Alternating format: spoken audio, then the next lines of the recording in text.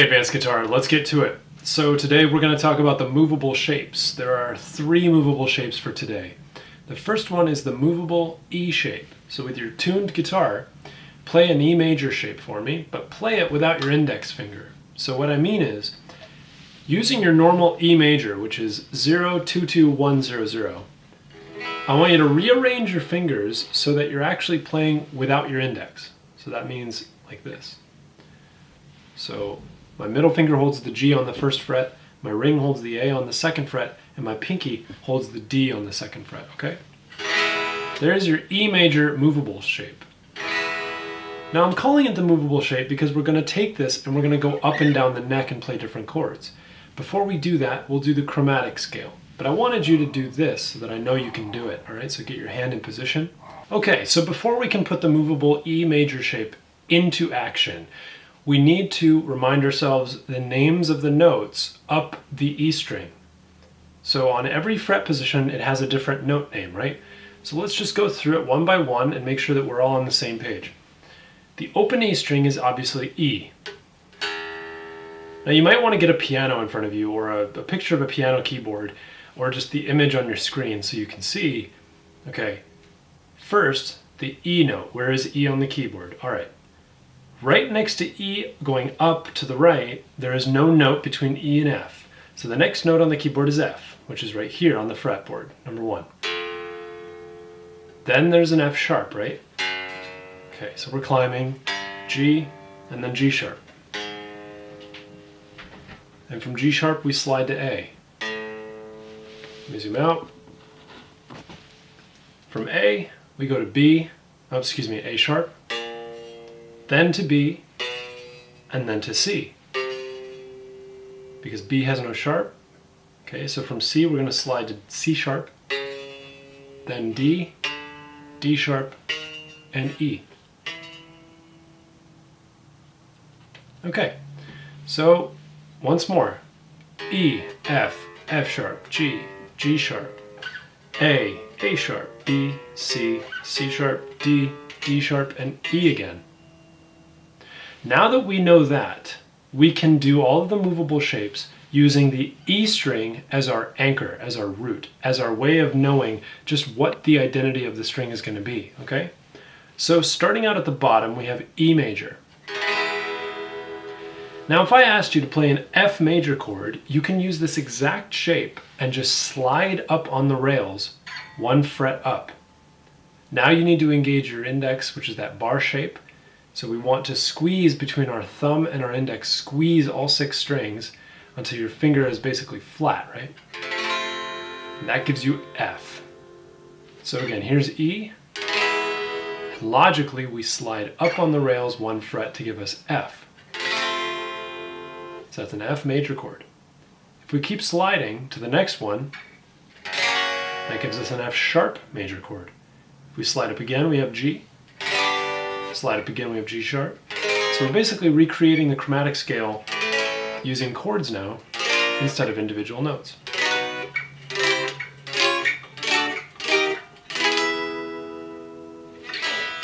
Okay, now it's time for trivia, pop quiz, whatever. Play for me a G major. Okay, without getting lost in what that means, you just climb your way up on this top string. E, F, F sharp, G. Here it is. So I know that G is going to be on the 3rd fret. So I cover it with the bar, and then I put down that movable E major shape. And I know for sure that is a G major chord. If I say, hey, play an A chord for me, an A major. Well, from here, you just need to step up 2 frets. 1, 2. And you have A major. If I asked for E major, well, that's easy. EGADS. Down here at the bottom, right? What if I said C? Well, I just played A here, so I can walk up A sharp, B, C. If I said D, you would walk up 2 more. 1, 2, here's D. And that's it. So that gives you a logical way to find the major chord all over this neck. And that's going to be very important for when you're playing not only with other people, but when you're just trying to play basic chords in fast progressions, in fast movement, in a fast song. And it will open up doors to playing solos as well, because the anchor actually tells you where it's safe to play. Okay, and we'll talk more about that when you get into a little bit more of the modes, which is coming up. For now, let's move to the E minor movable shape. So let's say we're on the G movable shape position. Excuse me, the G major chord using the E major movable shape. So we want to make this minor, and it's very easy. We just need to take the middle finger off the guitar. Maybe we add it to the bar. And that becomes G minor. Right? This is the same shape as E minor, which you learned before. We're just sliding around with it now. So this is G. 2 more frets up would be A minor. 2 more frets up would be B minor. 1 more fret would be C. 2 more would be D. And so on and so forth. So now, pop quiz. How would you play an F minor chord? Okay, top string, E, F. Okay, so we know it's going to be here. Then we want minor, not major. So we put down maybe the major shape to start, but we take that middle finger off, and there's F minor. Okay, cool. So you can do this anywhere, but before we set ourselves loose to go play them all over the place, there's one more movable shape I want to teach you. It's exactly the same as this E major shape, but down here. So you could call it the A minor movable shape. So you're playing A minor without the index, exactly the same way as you played the E major without the index. So we're playing the A minor without the index, and that's A minor right there. Now, the way we're going to identify the note, and indeed the chord, is with the second string from the top. So with the major movable shape, we were identifying the note and the chord name based on this E string and where it was. Now we're going to do the same exact thing, but using A as our starting note instead of E. So what I mean by this is, let's just do the chromatic scale on A, for example. A sharp, B, C, C sharp, D, D sharp, E, F, F sharp, G, G sharp, and A again. So this is our new rail, our new train track. So we put down the A minor shape, and that's all well and good, we have A. But if I asked you to play A sharp minor, you would start here, and you would look at that A string and go, well, on the first fret is going to be A sharp. So I'm going to slide up on the rails and put my index down on that first fret. And that gives me an A sharp minor chord. If I ask for B, well, you just slide up one more on the rails. There's B minor. One more gives us C minor. 2 more gives us D. 2 more gives us E. 1 more gives me F. 2 more gives me G. And 2 more gives me A. If you're wondering, how is he going up so fast and knowing where things are? Honestly, I just remember that B and E have no sharp, and that simplifies the whole thing for me. So you have 3 different movable shapes now. You have the E major movable shape, you have the E minor movable shape, and you have the A minor movable shape. This is a point where it's easy to get confused, so make sure you practice each one separately. What I mean is, try the movable major shape first, and just practice E, then maybe F, then maybe G, then A, then B, then C, then D, and then E again. And then do the same thing with all the minors with the movable shape. So here's E minor, then F minor, again, taking the middle finger off the guitar, then G, then A, B, C, D, and E. And then lastly, you can work with that A minor shape. So A minor, then A sharp, or maybe B, C, D, E, F, G, and A. It's not so bad, okay? Practice those 3 movable shapes. Okay, today we're going to talk about strumming patterns, we're going to do a lot with the right hand, and you may want to write some things down, okay? It's up to you, just for a point of reference so that you can call back to something. So for this, let's practice on that A minor shape. And you can practice your movable A minor if you want to, but we're just going to stick on A minor while I teach the strumming.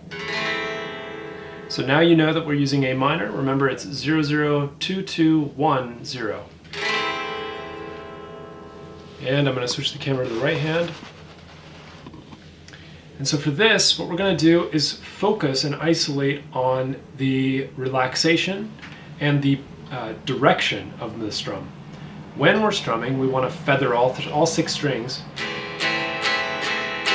so each string kind of gets the same intensity. Okay, instead of, which has its place, but not for this. So we're going to start with the A minor, and we're going to play 6 different strumming rhythms. The first one is 4 quarter notes. Sounds like this.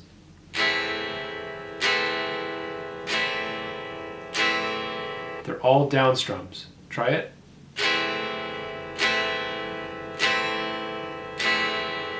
The second one is the exact same pattern, but twice as many notes. So here's the first one again. Here's the second one.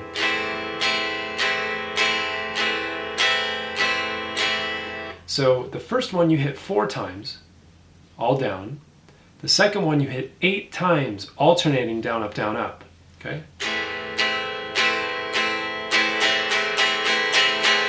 Cool. The third one is twice as many as that. So, 16th notes, they're called.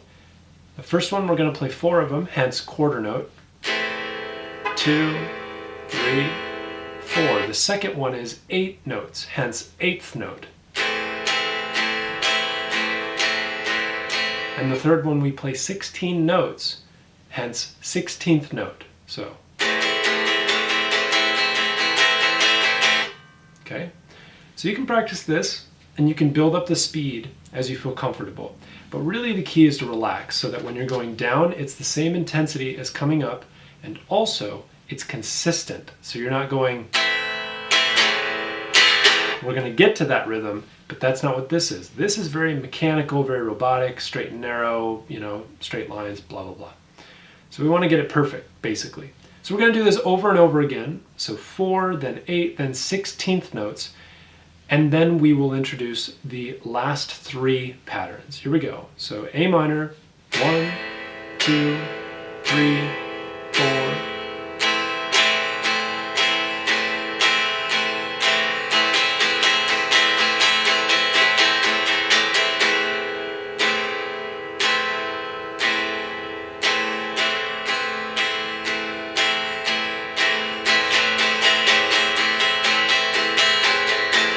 And really focusing on the relaxation. If you're not relaxed, it's going to be off time. So let's move on to the next one, and for that, let's give our left hand a break, okay? And I want to talk about triplets. So triplets are a kind of loose, waltzy rhythm that you have to know how to do, because it's different in feel and it's different in measurement than what we just did. So what we just did was what you would call 4/4 time, or 4 beats per 1 measure. Yeah, it's just a way of dividing time. To put it simply, a triplet is a more loose packing of notes.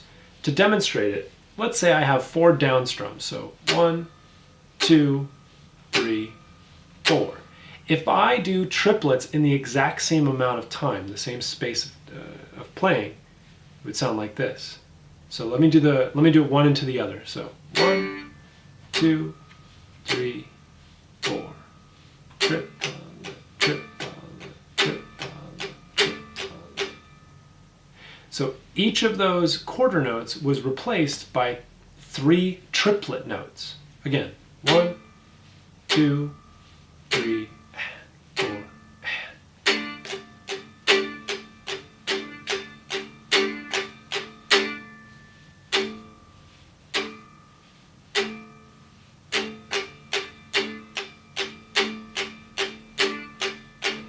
So the key to the triplet is that it's not 1, 2, 3 or 1, 2, 3. It's even spread for 3 notes in the same span of time that a single note went before. So do it back to back every time so you get an idea. 1, 2, 3, 4, triplet, triplet, triplet. I find that going faster makes it a little bit easier.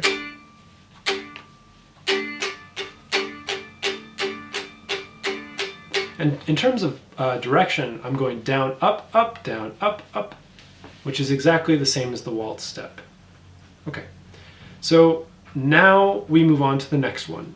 So we're going to move away from the idea of triplet and do something very similar. So now we're going to do this. Pay attention. So it's going to go 1 single 8th note followed by 2 rapid 16th notes. So down, down, up. Okay.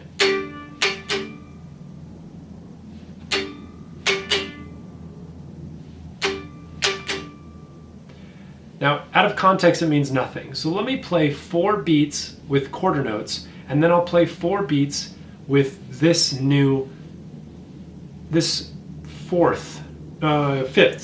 fifth pattern. So here are my 4 quarter notes. And here's the new one.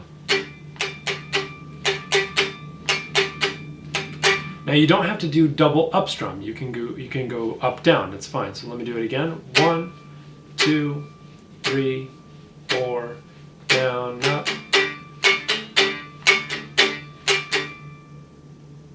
Okay, so this new one is an 8th note followed by 2 16th notes.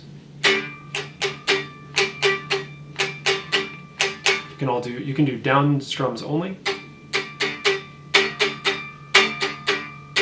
So again, the first one is the 8th note, so ba.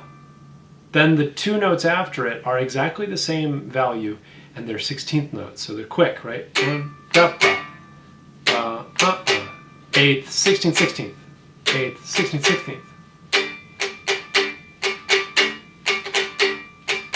Okay, now we're just going to do the same thing, but start with the 16th notes and finish with the 8th note. So to demonstrate, I'll do 4 beats with the quarter notes, then I'll do 4 beats with double 16th followed by 8th. 2, 3, and. Can you hear that difference? So the 5th pattern was, and this one, this final one is, so they're rapid at first, and then there's a 3rd, right?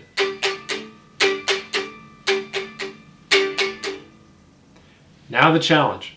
Can you play all 6 of those different kinds of rhythms? So quarter notes, 8th notes, 16th notes, then triplets, then 8th with double 16th, and then 16th followed by 8th, so 2 16ths and then an 8th. Let's try doing it all in one go. Here we go. I'm going to do it with the A minor.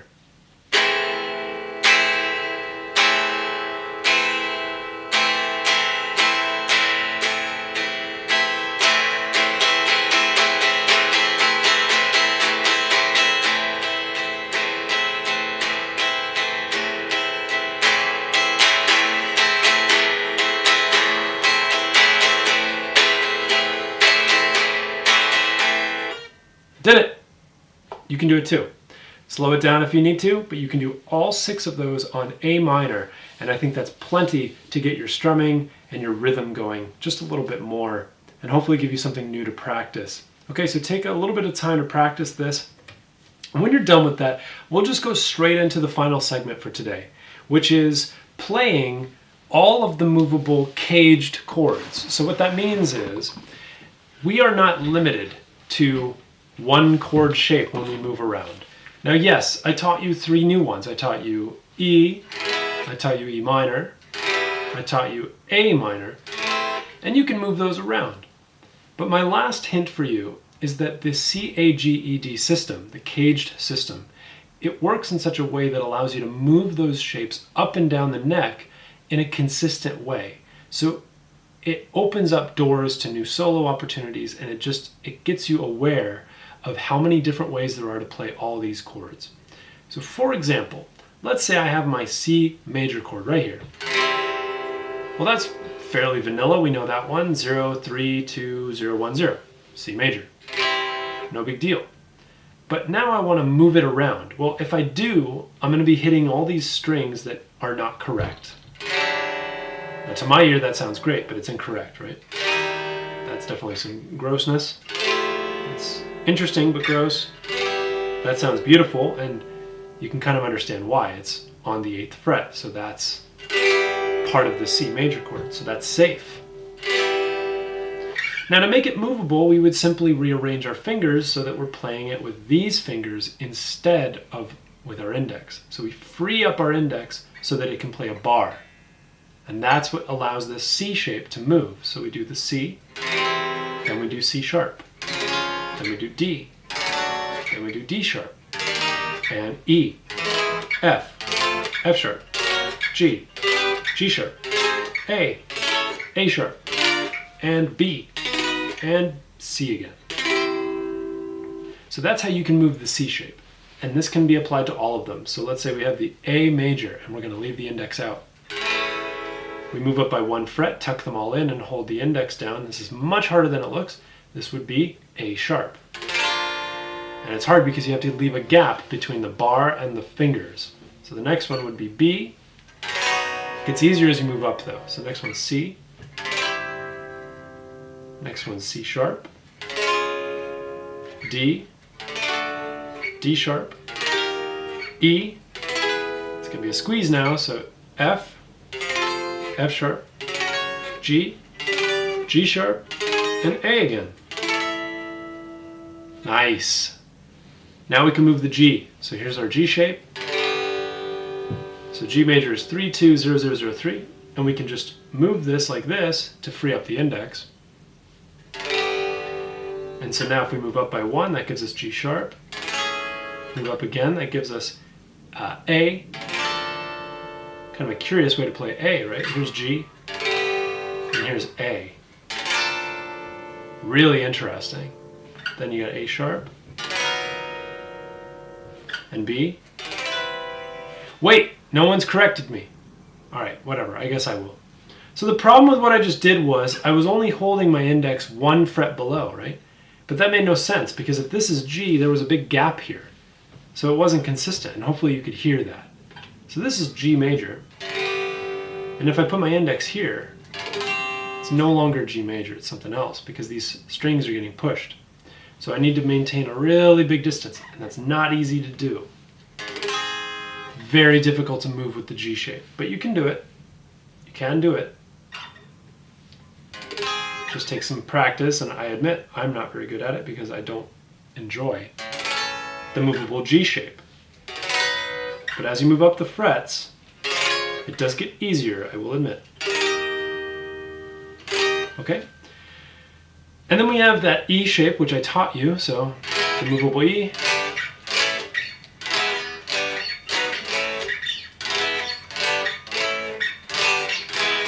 There you go. That wasn't exactly correct. Yeah.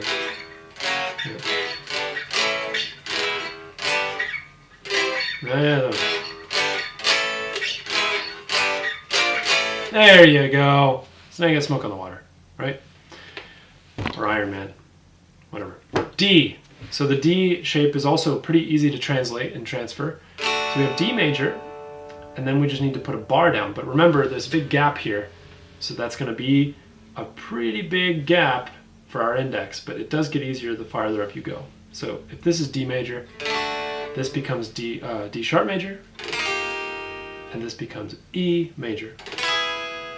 F, F sharp, G, G sharp, A sharp, B, C, C sharp, and D.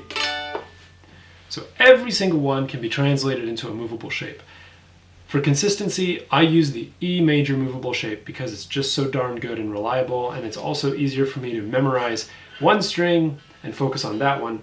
As you get more advanced, as you get more technical and you learn more of theory and things like that, it's very helpful to use all of the different shapes and move around with them. But for you, for now, it's probably best to stick to the E major. I'm not going to speak for you, you design your own thing, but the E major movable shape is very good to begin with. Okay, and that brings us to the end of class. So I'll see you in the next one. Enjoy, have fun practicing. You have a lot of stuff you can try out.